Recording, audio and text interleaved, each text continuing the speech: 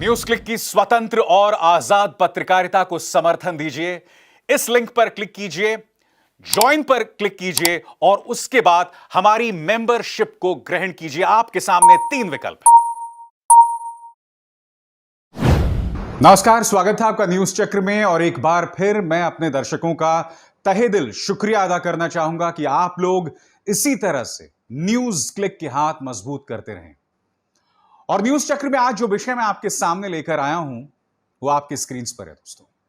प्रधानमंत्री नरेंद्र मोदी 30 मई को एक बार फिर देश की जनता के साथ मन की बात करने जा रहे हैं। और इस मन की बात में उन्होंने क्या किया है और क्या कहा है, मैं आपको पढ़ के सुनाना चाहता हूं। इस महीने एक बार फिर मन की बात की वापसी हो रही है और इस बार हम सकारात्मकता की ताकत का जश्न मना रहे हैं। 130 करोड़ की जनता की ताकत का जश्न मना रहे हैं। क्या आपके पास कोई ऐसी कहानी है जो हमें प्रेरणा दे सके, जो हमें इंस्पायर कर सके? मैं समझना चाहता हूं, जब प्रधानमंत्री नरेंद्र मोदी ये कहते हैं कि हम सकारात्मकता का जश्न मनाना चाहते हैं, तो मैं चाहता हूं कि आप 2 शब्दों पर गौर कीजिए। सकारात्मकता यानी पॉजिटिविटी और जश्न यानी कि सेलिब्रेट करना। मैं समझना चाहता हूं अपने हुक्मरानों से, आज के माहौल में ऐसा क्या है जश्न मनाने लायक, और ऐसा क्या है जिसके जरिए हमारे अंदर सकारात्मकता की ऊर्जा बहे। क्या सकारात्मक होने से तमाम जो नाकामियां हैं उस पर पर्दा डल जाएगा? क्या सकारात्मक होने से ऑक्सीजन की कमी, बेड्स की कमी, दवाइयों की कमी, सरकारी नाकामी, ये सब खत्म हो जाएगी? मैं आपसे पूछना चाहता हूं प्रधानमंत्री, मैं सकारात्मक कैसे हो सकता हूं?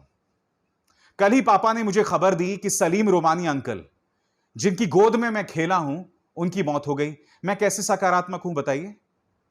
सलीम रोमानी अंकल, सेवक अंकल और सूर्यवंशी अंकल के बाद मेरे तीसरे अंकल हैं जिनकी मौत हो गई पिछले 1 महीने में।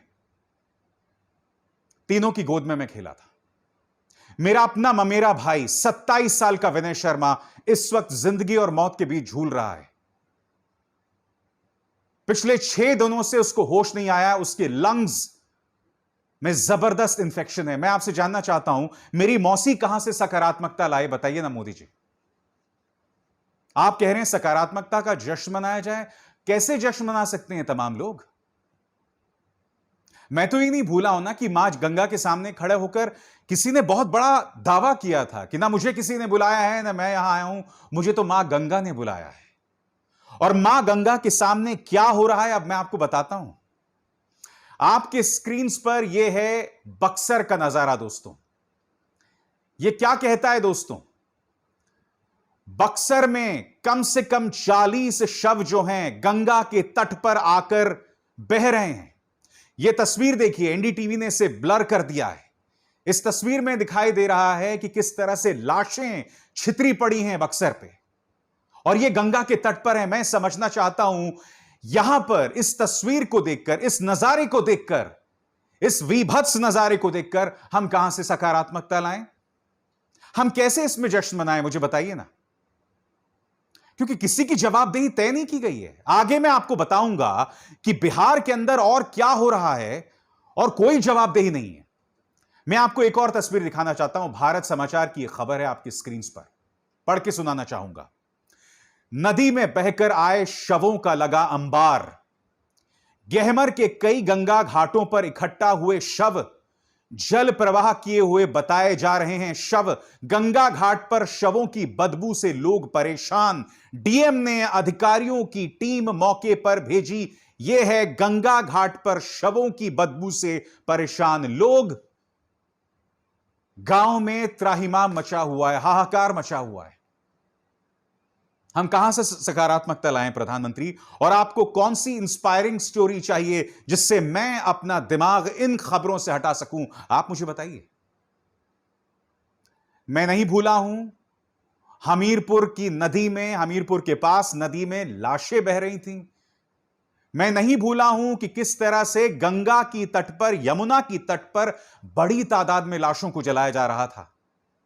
यह हालत है हमारे गांव की, और हमसे कहा जाता है सकारात्मकता बनाए रखिए। मैं आपको सुनाना चाहता हूं योगी आदित्यनाथ क्या कह रहे हैं दोस्तों। गौर कीजिए उनकी बात पर। वो कह रहे हैं कि हालात बेहतर हो रहे हैं। क्या कह रहे हैं पहले आप ये सुनिए, उसके बाद मैं इसकी चर्चा करता हूं। स्थिति वर्तमान में नियंत्रण में है। पिछले 10 दिनों के अंदर उत्तर प्रदेश के अंदर कोरोना के एक्टिव केस 85,000 कम हुए हैं। योगी जी, मैं आपको पत्रकार कमरदीप सिंह, जिनका नाता टाइम्स ऑफ इंडिया से है, उन्होंने ये वीडियो अपने ट्विटर टाइमलाइन पर पेश किया है। झांसी का ये वीडियो है, पूरे स्क्रीन पर देखिए दोस्तों। इस वीडियो में देखिए, पीछे एक बेटा अपने बाप को बचाने की कोशिश कर रहा है, उसकी छाती रगड़ रहा है, और दूसरी तरफ उसके बाकी रिश्तेदार चिल्ला रहे हैं। उनका आरोप क्या है? उसमें वो लगातार कह रहे हैं कि स्वास्थ्य कर्मियों की लापरवाही की वजह से हमें इस नजारे को देखना पड़ रहा है। इस वक्त कोई डॉक्टर मौजूद नहीं है, कोई सपोर्ट स्टाफ मौजूद नहीं है। बेबसी देखिए, बेबसी देखिए। एक तरफ उनमें आक्रोश है, दूसरी तरफ वो बेटा अपने बाप को बचाने का प्रयास कर रहा है। यह झांसी में हो रहा है, किसी गांव कस्बे कूचे में नहीं हो रहा है। यह झांसी का वीडियो है। मुझे बताइए ना, इस वीडियो को देखकर यह परिवार सकारात्मकता लाएगा? अगर प्रधानमंत्री इनसे कहेंगे कि मुझे कोई इंस्पायरिंग स्टोरी बताइए, तो क्या इनके लिए यह नजारा एक इंस्पायरिंग स्टोरी है? आपकी स्क्रीन पर यह है संतोष गंगवार, जो कि भारतीय जनता पार्टी के मंत्री हैं। उन्होंने बाकायदा एक लेटर लिखा योगी आदित्यनाथ को, और इस लेटर में उन्होंने कहा कि बरेली में ऑक्सीजन मौजूद नहीं है, वहां व्यवस्था काम नहीं कर रही है, सब कुछ चरमरा गया है। मैं आपसे समझना चाहता हूं, आपके अपने मंत्री आपको खत लिख रहे हैं उत्तर प्रदेश के बरेली के अंदर क्या हालात हैं। आप मुझे बताइए ना, इसमें कहां से कोई सकारात्मकता की ऊर्जा लाए? अब आपको मैं गोरखपुर की तस्वीर दिखाना चाहता हूं दोस्तों। यह है गोरखपुर की तस्वीर। इस तस्वीर में देखिए, बीमार को अस्पताल में ले जाने के लिए ट्रॉली नहीं है, स्ट्रेचर नहीं है, वो कंधे पर लादकर उन्हें ले जा रहे हैं। पत्रकार ब्रजेश ने अपने ट्विटर टाइमलाइन पर इसे डाला है। इस नजारे, इस तस्वीर, इस वीडियो का क्या जवाब है वहां के हुक्मरानों का, जो कह रहे हैं कि सब कुछ सामान्य है? कल ही मैंने अपने कार्यक्रम में कहा था कि भारतीय जनता पार्टी के एक विधायक राम गोपाल लोधी अपनी बीमार पत्नी के साथ अस्पताल दर अस्पताल भटक रहे थे, मगर अस्पताल के अधिकारी उनको हड़का के भगा रहे थे। यह हालत आपके अपने विधायकों की है। इतने बेबस आपके अपने विधायक हैं, मुझे बताइए ना। बनारस में जिस छुन्नूलाल मिश्र ने प्रधानमंत्री के नाम का प्रस्ताव किया था बनारस में चुनावों के लिए, लोकसभा चुनावों के लिए, उनकी अपनी बेटी, उनकी अपनी पत्नी को लेकर वहां पर क्या हालात थे हम सब जानते हैं। और हमसे कहा जा रहा है कि हम सकारात्मक बने, हम एक इंस्पायरिंग स्टोरी बताएं। मैं आपको बताता हूं आपके अपने बिहार में क्या हो रहा है, और कोई जवाबदेही नहीं है दोस्तों। मैं आपको बता चुका हूं बक्सर में क्या हुआ। अब मैं आपको सुनाना चाहता हूं दोस्तों कि डीएम क्या कह रहे हैं। डीएम ये बता रहे हैं कि ये लाशें जो आ रही हैं बक्सर में, ये दरअसल उत्तर प्रदेश से आ रही हैं। सुनिए ये क्या कह रहे हैं, इनकी ये बाइट सुनिए, ये अपने आप में बहुत कुछ कहती है। बक्सर जिला में जो है हम लोग को जो है आज जो है करीब 30-35 जो बॉडी की महादेवा घाट पे जो है वहाँ पे ऊपर आने की सूचना प्राप्त हुई है थी। उसके बाद हम लोगों ने जो है एसडीओ के स्तर से जो है उसकी हम लोग छानबीन भी कराए हैं, और एसडीओ साहब जो है वो गंगा के जो अप स्ट्रीम है, जो ऊपर की साइड है, उधर भी जाके उन्होंने देखा है, और वहाँ पाया गया है कि जो है अप स्ट्रीम साइड से भी जो है वो बॉडी आ रही हैं। बक्सर का जो है बॉडी जो है वो बक्सर का नहीं है। अब एबीपी की पत्रकार श्रवणी मिश्र ने अपने ट्विटर टाइमलाइन पर यह खबर डाली है, जिसमें वो कह रही हैं वीडियो बिहार के बक्सर का है, जहां इन दिनों घाटों और अधजले लाशों की ढेर लगी हुई है। लापरवाही की हदें पहले ही पार कर चुका प्रशासन अब घाट पर डोम राजाओं को हड़काकर शवों का डिस्पोजल कर रहा है। क्या कह रहे हैं ये, आइए आप खुद सुनिए। लगता है कि नहीं? अब सर डर लगता है, क्यों नहीं डर लगता है सर? जिंदगी मौत पर हम लोग खड़ा है। अब नहीं तो कहते हैं कि घाट पर रहेगा तो डंडा मार के भगाएंगे, नहीं तो करो। ये कोई जबरदस्ती है? अच्छा, ऐसे करते हैं। जी सर, अभी भी कहते हैं कि अभी काम करो नहीं तो मार के भगाएंगे, दूसरा डोम के रखेंगे। अब हम जिंदगी और मौत से लड़ रहे हैं सर, क्या करें? हम अपना रोजी रोटी छोड़ दें? अलग से इसके लिए हमारा मेहनताना जिंदगी मिलता नहीं कि है। नहीं सर, कौन देता है? कुछ नहीं मिलता अभी है। सुबह से कितनी लाशें अभी आप लोग सुबह से 5 से पत्रकार रंजीत रंजन की ये रिपोर्ट देखिए, जो यहां पर आपको मैं पढ़ के सुनाना चाहता हूं। जहानाबाद की इस महिला मरीज को ना ऑक्सीजन मिला, ना ही एम्बुलेंस। एक अस्पताल से दूसरे अस्पताल के क्रम में ऑटो वाले ने रास्ते में हुई मौत के बाद शव को सड़क पर पटक दिया और भाग गया। मैं ये समझना चाहता हूं कि क्या इन तस्वीरों के लिए किसी तरह की कोई जवाबदेही है मुख्यमंत्री नीतीश कुमार की या वहां के स्वास्थ्य मंत्री मंगल पांडे की? किसकी जवाबदेही है बताइए ना। केंद्र में स्वास्थ्य मंत्री हर्षवर्धन की कोई जवाबदेही नहीं है। वो देश की जनता को यह बता रहे हैं कि डार्क चॉकलेट खाइए। देश के गरीब को कह रहे हैं डार्क चॉकलेट खाइए। ये न जाने किस हकीकत में तैर रहे हैं। और अब जो मैं आपको खबर बतलाने वाला हूं दोस्तों, सिहरन पैदा करने वाला है। नोएडा में काम करने वाला एक सॉफ्टवेयर इंजीनियर, उसकी मौत हो जाती है। उनकी पत्नी पटना के एक अस्पताल में जाती हैं और वहां पर उनकी पत्नी का आरोप है कि लापरवाही से उनके पति की मौत हो गई। मगर एक जो और आरोप वो लगा रही हैं वहां के कंपाउंडर और वहां के डॉक्टर पर, वो सिहरन पैदा करने वाला है कि इस मौके पर भी उनके साथ बदतमीजी हुई। यह उस महिला का आरोप है। आप सुनिए वो महिला क्या कह रही है। यह हालत पटना की है, यानी कि एक तरफ आप तकलीफ में हैं और दूसरी तरफ आपके साथ इस तरह की बदतमीजी की जाए। सुनिए वो क्या कह रही है। यहाँ पे भी सर, यहाँ पे राजेश्वर में डॉक्टर अखिलेश गंदे गंदे इशारे कर रहा था मुझे सर। चलता था ना तो मुझसे सट के क्रॉस करता था सर। मैं इग्नोर कर देती थी कि मेरा हस्बैंड है यहाँ पे, वरना अगर बाहर होता चप्पल खोल के मैं मारती सर ऐसे इंसान को। वहाँ पे मायागंज हॉस्पिटल हमसे कहा जाता है कि हम सकारात्मकता की कहानियां सुनाएं, सकारात्मकता का जश्न मनाएं, और यकीनन यह अपने आप में एक ऐसा मुद्दा है जो भारतीय जनता पार्टी के लिए जबरदस्त शर्मिंदगी का सबब बन रहा है। विपक्ष इस पर क्या कह रहा है? आपके सामने राहुल गांधी का बयान। राहुल गांधी कह रहे हैं कि नदियों में बहते अनगिनत शव, अस्पतालों में लाइनों मील तक, जीवन सुरक्षा का छीना हक। प्रधानमंत्री वो गुलाबी चश्मे उतारो जिससे सेंट्रल विस्टा के सिवा कुछ दिखता ही नहीं। सेंट्रल विस्टा यानी कि करीब 20,000 करोड़ रुपए से प्रधानमंत्री नरेंद्र मोदी किस तरह से काया पलट कर रहे हैं दिल्ली के एक हिस्से की, जहां पर उनके घर में करीब 13,000 करोड़ रुपए की लागत आ रही है। सबसे दुख की बात यह कि इसकी अनुमति मिली थी 12 अप्रैल को, जब देश में कोरोना की दूसरी लहर फिर से शुरू हुई थी। अब भी उनका घर बन रहा है। प्रधानमंत्री, हो सकता है कि कोरोना के बीचों बीच आपका नया घर बन रहा हो सकता है कि आपके अंदर बहुत जबरदस्त सकारात्मकता की ऊर्जा हो, मगर देश के अंदर क्या उसी तरह की सकारात्मकता की ऊर्जा है? मुझे इस बात में बहुत जबरदस्त शक होता है। मुझे ऐसा नहीं लगता कि देश के अंदर इस वक्त वैसी सकारात्मकता की ऊर्जा है जैसा आपके अंदर होगी। और मैं जानता हूं दोस्तों, इनके ब्रेन वॉश्ड भक्त कहते हैं कि अगर मोदी जी नहीं होते तो करोड़ों में लोग मारे जाते।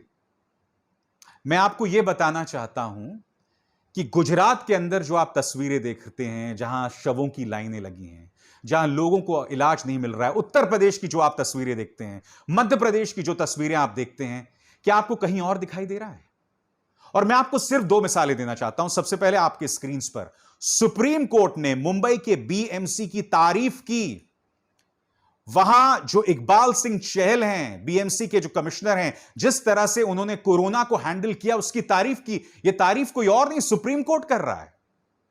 और यही नहीं, आपका अपना नीति आयोग वो भी बीएमसी की तारीफ कर रहा है। जबकि मुंबई में आप जानते हैं हालात कितने खराब हैं, वहां की सरकार सिर झुकाकर काम कर रही है। उसमें अहंकार नहीं है, वो मामलों को दबा नहीं रही है, वो अपने नागरिकों को धमका नहीं रही है। अगर अस्पताल ऑक्सीजन की कमी का रोना रोते हैं तो उन पर केसेस नहीं किए जाते हैं। आप इतनी तस्वीरें देखते हैं मुंबई से, जो तस्वीरें आपको दिखाई दे रही हैं अन्य राज्यों से, खासकर बीजेपी शासित राज्यों से। हम दिल्ली की बात करते हैं, दिल्ली में भी हालात बहुत खराब हैं। यहां पर भी मुख्यमंत्री अरविंद केजरीवाल पिछले 1 साल से अपनी छवि चमकाने में लगे रहे। मगर दिल्ली का मामला कुछ और है दोस्तों। दिल्ली इस देश की राजधानी है और दिल्ली की सरकार गिड़गिड़ाती रही केंद्र सरकार के सामने कि आप हमें ऑक्सीजन दीजिए, ऑक्सीजन दीजिए, ऑक्सीजन दीजिए। दिल्ली कोई कोने का शहर नहीं है, यह आपकी राजधानी है। और यहां पर भी वहां की सरकार गिड़गिड़ा रही थी आपको ऑक्सीजन देने के लिए। यह है आपकी लापरवाही। ये दो मिसालें भारतीय जनता पार्टी को एक्सपोज कर रही हैं, भक्तों की सोच को एक्सपोज कर रही है कि अगर प्रधानमंत्री नहीं होते, कोई और प्रधानमंत्री होता तो हालात और भी बदतर होते। आजाद भारत के इतिहास में ऐसी कोई पॉलिटिकल पार्टी नहीं हुई जो हकीकत से कोसों दूर रही। आपकी स्क्रीन पर यह है बीजेपी के अध्यक्ष जेपी नड्डा। वो कांग्रेस पर दोष मढ़ रहे हैं कोरोना के फैलाव को लेकर, प्रसार को लेकर। कह रहे हैं कि वो केरला के अंदर रैलीज कर रहे थे, चुनावी रैलीज कर रहे थे।